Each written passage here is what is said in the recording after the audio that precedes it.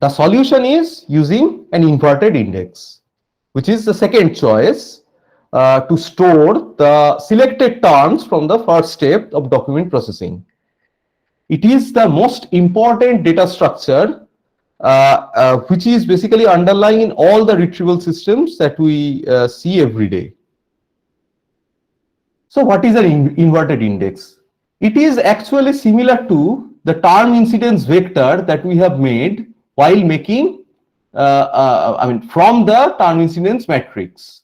So in the term incidence vector, what we were doing was, given a term T, we were storing either 0 or 1 to indicate the presence or absence of the term in certain documents, right? So if there are, say, 10 documents in the collection, this means, so if this is the term incidence vector of the term T, it indicates that the term T is appearing in the second document and in the sixth document, right? So in inverted index, we will be doing something similar.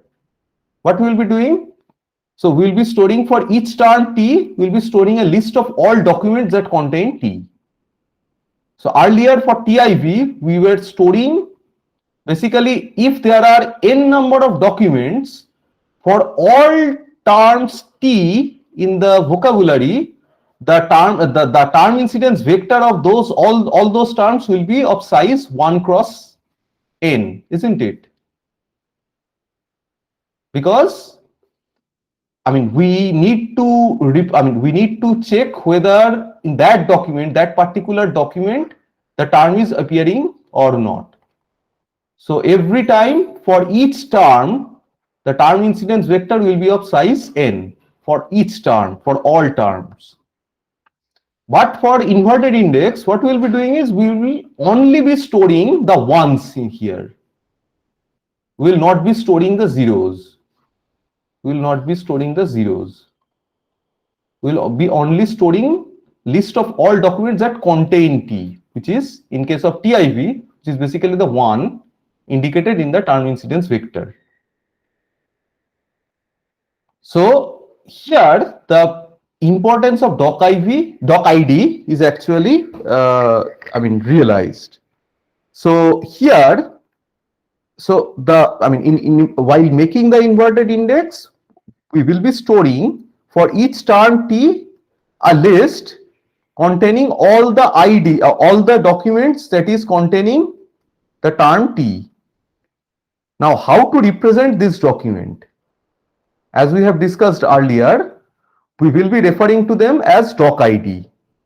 And as I have said earlier, the most general practice of representing a document using a doc ID is basically an integer, say starting from 1 or 0. So this is the graphical representation of an inverted index. The inverted index is actually consisting of two parts. The first part is called a dictionary, which is basically storing all the terms in the vocabulary. So if we consider there are m unique terms in the vocabulary, so it will be basically containing m items in the dictionary for each unique term, and for each unique term there will be a list which is called the posting, which is basically an indication of which document this term is appearing in. Again, I am repeating, an inverted index is consisting of two parts, a dictionary and a postings, or a posting list also called. In dictionary, we will be storing all the terms which are appearing in the total vocabulary, and for each term there will be a posting list, which is basically a list containing all the doc IDs in which the corresponding term is appearing in. So the postings like this, so this is the posting or posting list. For Brutus, we can see that Brutus is appearing in doc ID 1, 2, 4, 11, 31, and so on. So this posting list is basically sorted by doc IDs. Why this is actually sorted by doc IDs? We will be understanding this in a little bit. Now the question is, from the implementation point of view, we need to store two things. One is the dictionary, and the two is, for each term in the dictionary, a posting list. So from the implementation point of view, what would be the correct choice of selection of the data structure? Shall we use an array or shall we use a linked list? Anyone? Any guess?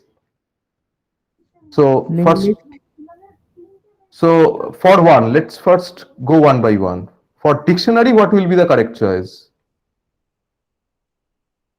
And for posting list, what will be the correct choice? For dictionary, I think array. Dictionary, array. For posting list, linked list. For posting list, it is linked list. Is there any reason that you can say? Linked list because I want to use the linked list because searching time will be reduced. Why? In linked list, we know individual entities will be pointed to one by another. So there is no way from going from here to here. So we need to perform a linear search in the linked list. Right? Yes, yes. So what shall be the correct choice? Okay, we will be understanding this in a little bit. But so linked list will be better because the length, we don't know how many very nice. documents will be there Correct. for each term. Correct. Correct. So we actually don't know in how many documents this term will actually be appearing in. As we can see, Kalpurnia is appearing in only 4 documents, but Caesar, it is appearing in 8 or more documents. So if we use an array, we know that array is of size fixed, of fixed size, but linked list, we know it can grow. So this is the correct reason why we should be using a posting list or as a linked list to represent or to store the posting list. But for the dictionary, we can actually, so we know that there will be, say, m number of unique terms. So for each unique term, there will be a posting list. And so basically, in this list, given a query while retrieval, we need to search this list and we need to get the corresponding posting list and we need to get those documents. We need to basically output those documents as a potentially relevant document, isn't it? So we need to perform the search in this list, right? As I was saying, in the linked list, we cannot actually do a better search because there it will be a linear search. But notice that the search part is needed to be performed here in this dictionary, not particularly here. But that's not actually entirely true, because having a query such as, say, A and B, in that case, we need to get the posting list associated with A, get the posting list associated with B, then we need to make an intersection. So to perform this two list intersection, we need to perform certain search as well. But again, in that search, it will be just a traversal. We just need to get the doc IDs which is common here and here. So the bottom line is the dictionary should be stored in an array and the posting list should be stored in a linked list.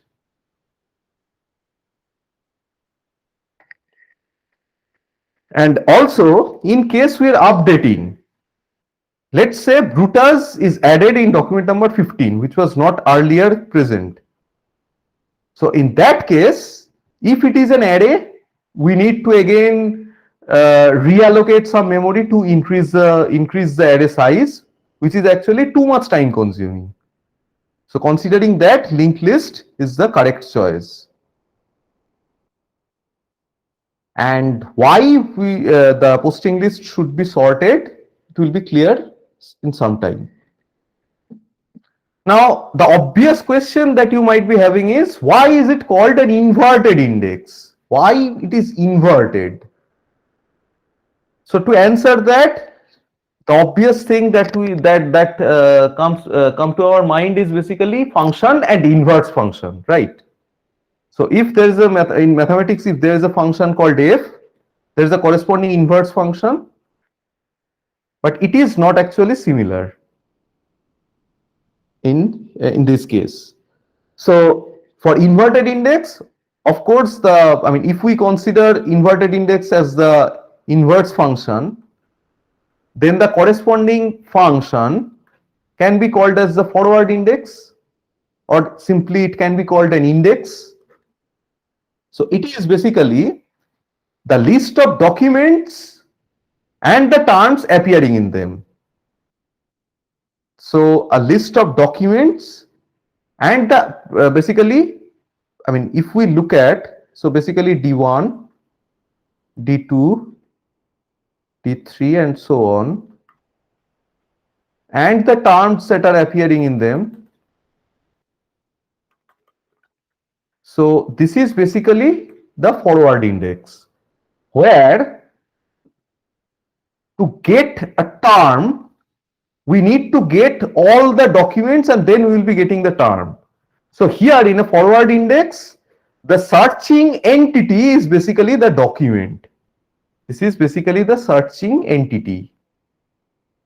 But note that when we perform a search in Google, the searching in most of the cases is basically the term, because we give certain keywords to get certain documents which is actually containing those keywords.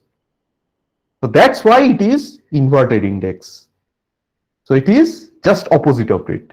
Earlier it was for forward index, it was a list of documents and the terms appears in it. Here for inverted index, it is the list of terms and the documents in which they appear. It's just the opposite way around. T1, a list of documents that it is appearing in. T2, list of documents that it is appearing in, and so on. Here, the searching entity is basically the term. This is the searching entity here as compared to document in case of forward index, or as I said, simply called index.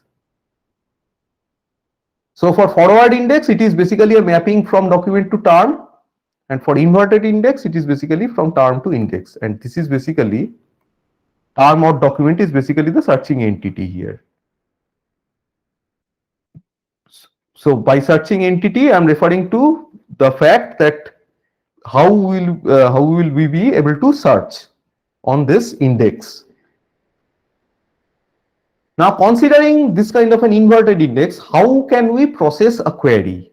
Let's say we have a query such as Brutus and Caesar.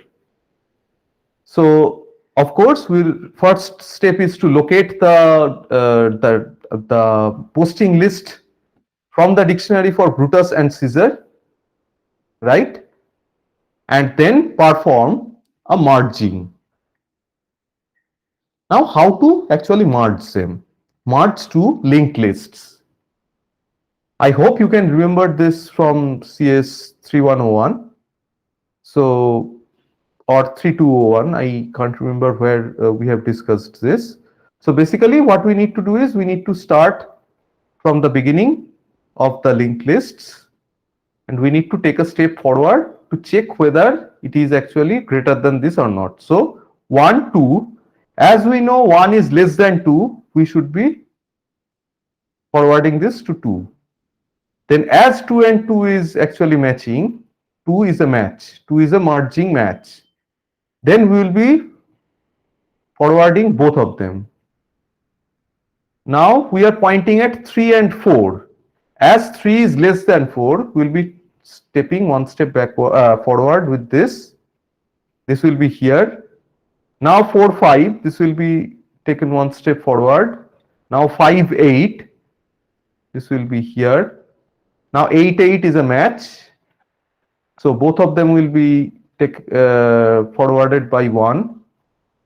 Now this is 16, this is 13. So this will be shifted 1. This is 21, 16. So this will be shifted 1 right.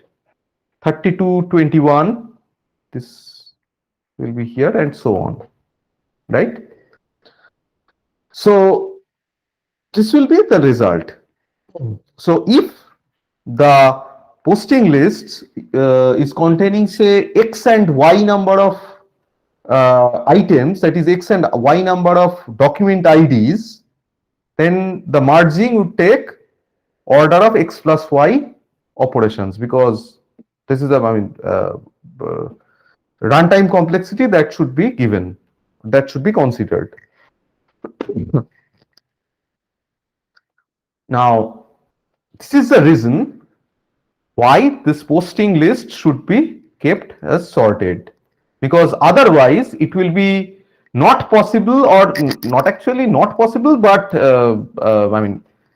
merging would take entire scanning of the linked list, and it would have been taking order of, I hope you can understand why this time. Now this is order of X plus Y. In that case, if it is not sorted, it would have been order of max of X comma Y operations would have been needed. Sorry, max of X plus Y is square, right? Because every time taking one item, we need to sort the entire, we need to scan the entire other list, then considering the next item, again we need to scan the next entire list, and so on.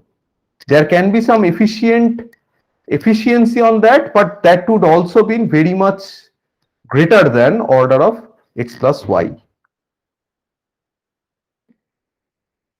Now, how to actually optimize this kind of a query processing? Now, earlier we were only storing the term, and in the dictionary we were only storing the term, and in the posting list we are storing the documents in which the term is appearing, right? Now consider we are storing the document frequency as well along with the term. Now what is document frequency? It is basically the number of documents in which this term is appearing in. So basically, as you can see, there are 7 documents. So Brutus 7. So basically this is the document frequency, or in short DF, which indicates that Brutus is appearing in 7 different documents. Calpurnia is appearing in 8 different documents. Caesar is appearing in 2 different documents, and so on. Now, how using the document frequency we can optimize the query searching or query processing? Now, basically, to perform an AND kind of a clause, or to process an AND kind of a Boolean query, what we will be doing is so can someone guess how to use this document frequency to optimize this query processing? Note that it is AND. That means if the query is Brutus, or say A and B, it should be it should be considering all the documents which is containing A as well as B.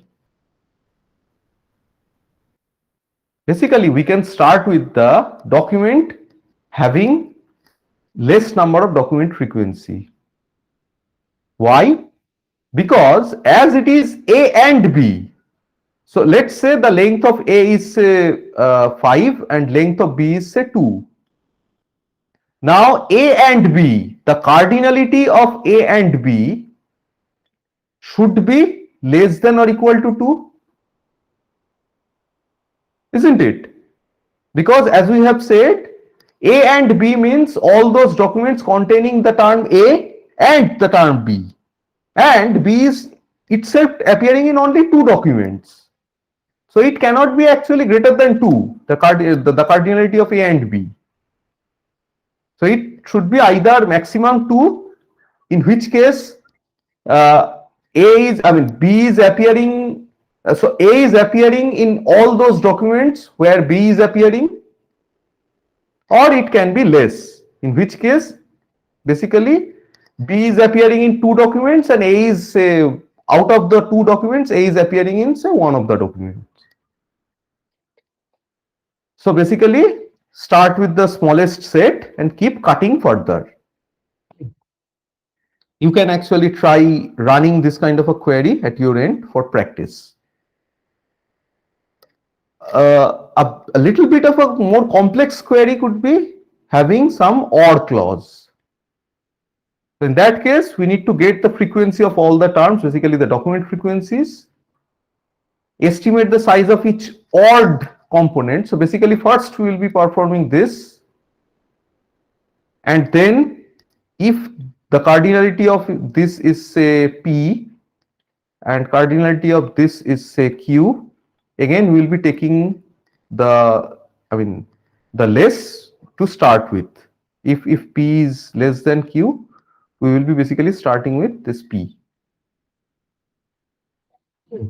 Again, this is only possible because we are storing the document frequency of the term in the dictionary. So earlier we were storing in the dictionary only the term.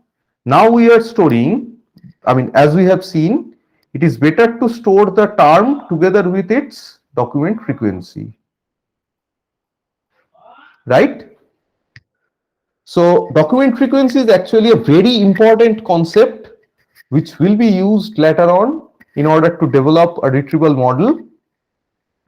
We will be seeing that there are different ways to have more robust definition of a document frequency, such as inverse document frequency. I guess some of you have already heard the name. We will be discussing them later during the discussion on retrieval models.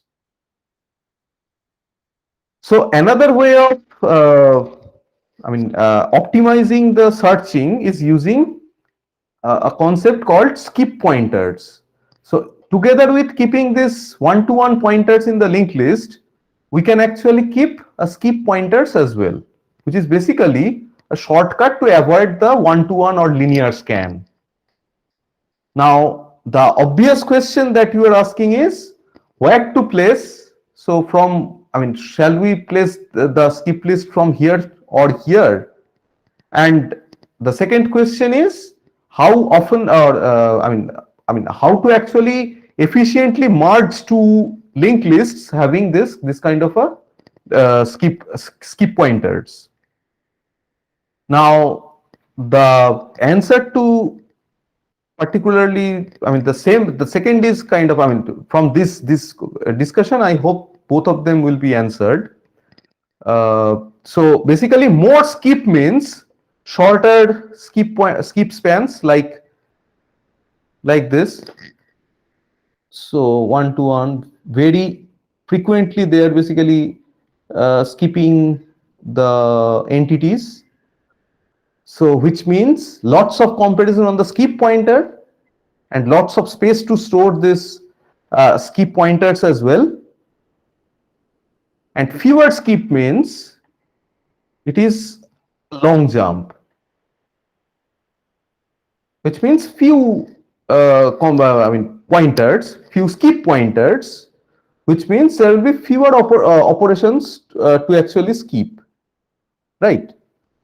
So the general practice which has been seen to be working quite well is basically if the posting list is of size P, it is empirically seen that we should be having square root of P number of evenly spaced skip pointers.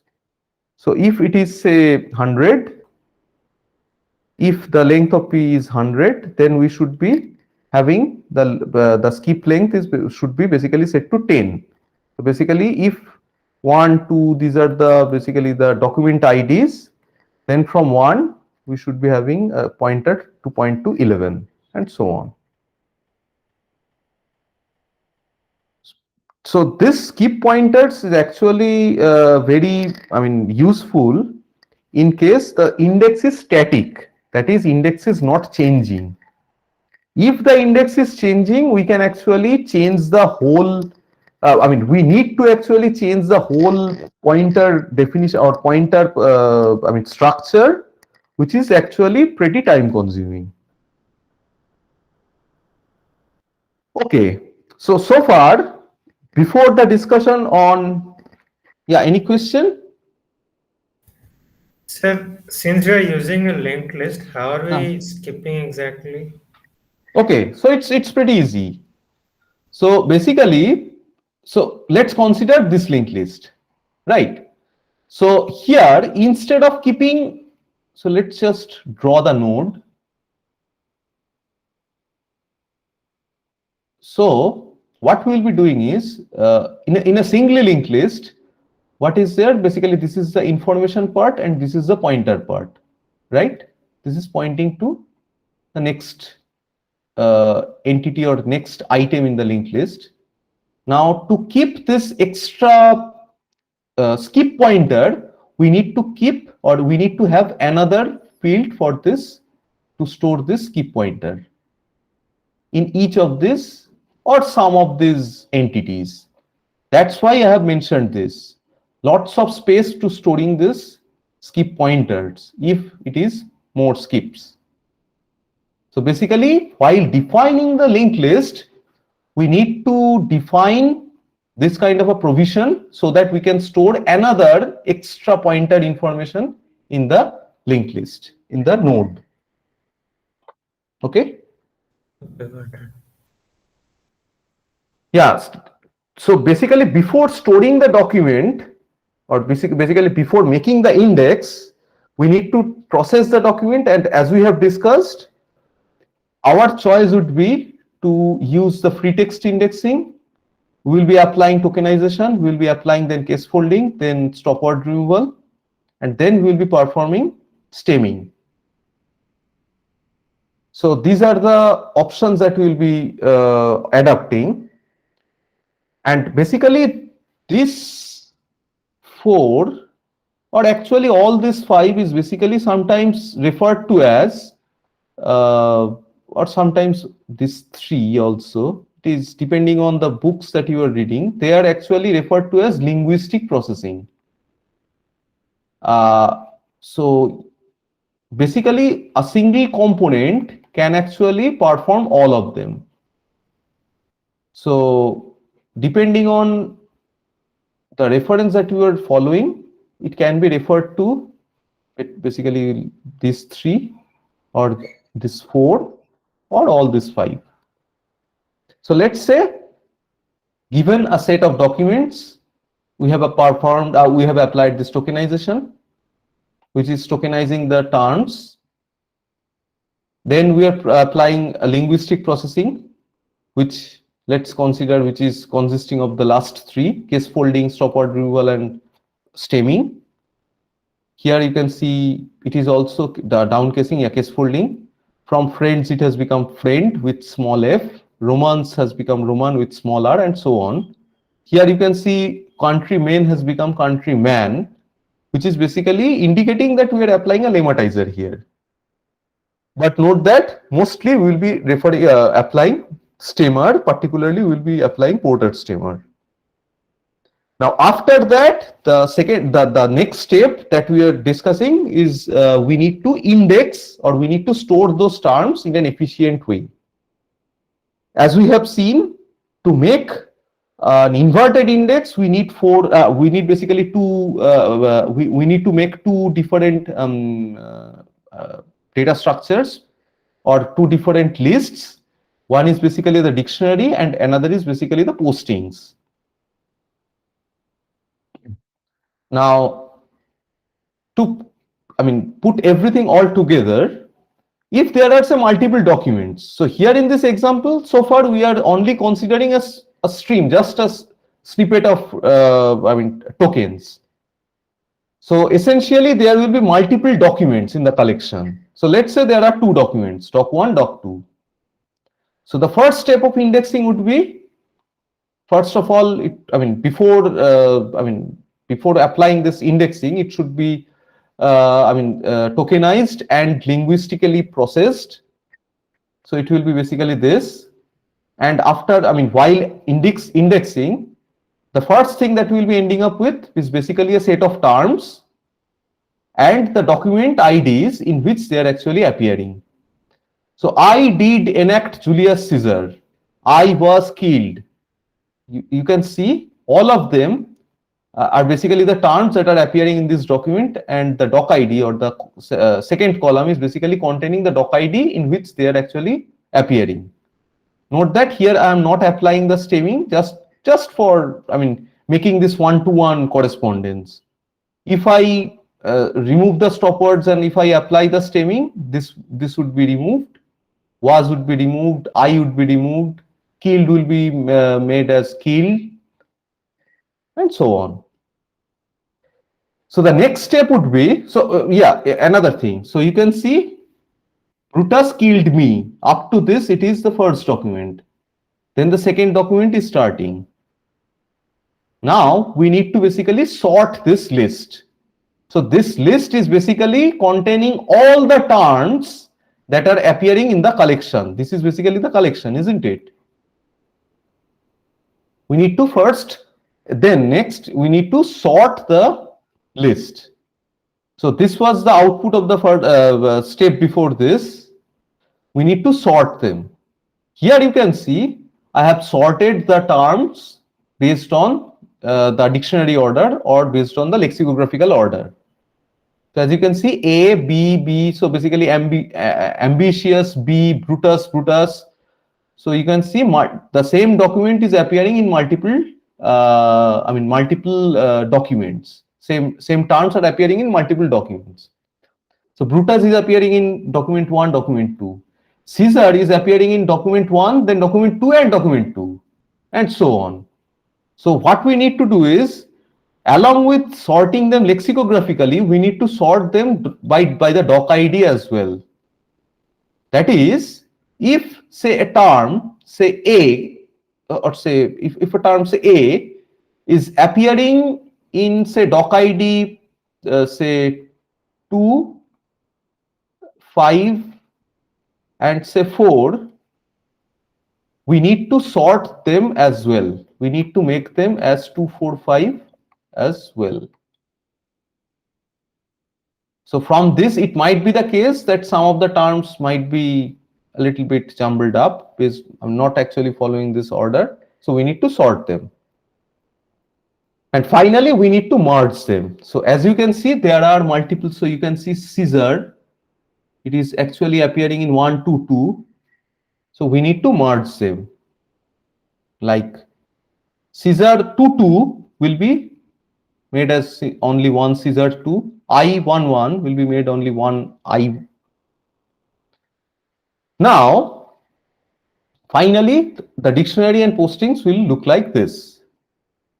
So the term, the collection frequency, or the document frequency, here it can be collection frequency, which is basically the number of times it is appearing in the whole document, whole collection, or document frequency, as we have discussed earlier, which is basically an indication of how many documents in which the term is appearing in.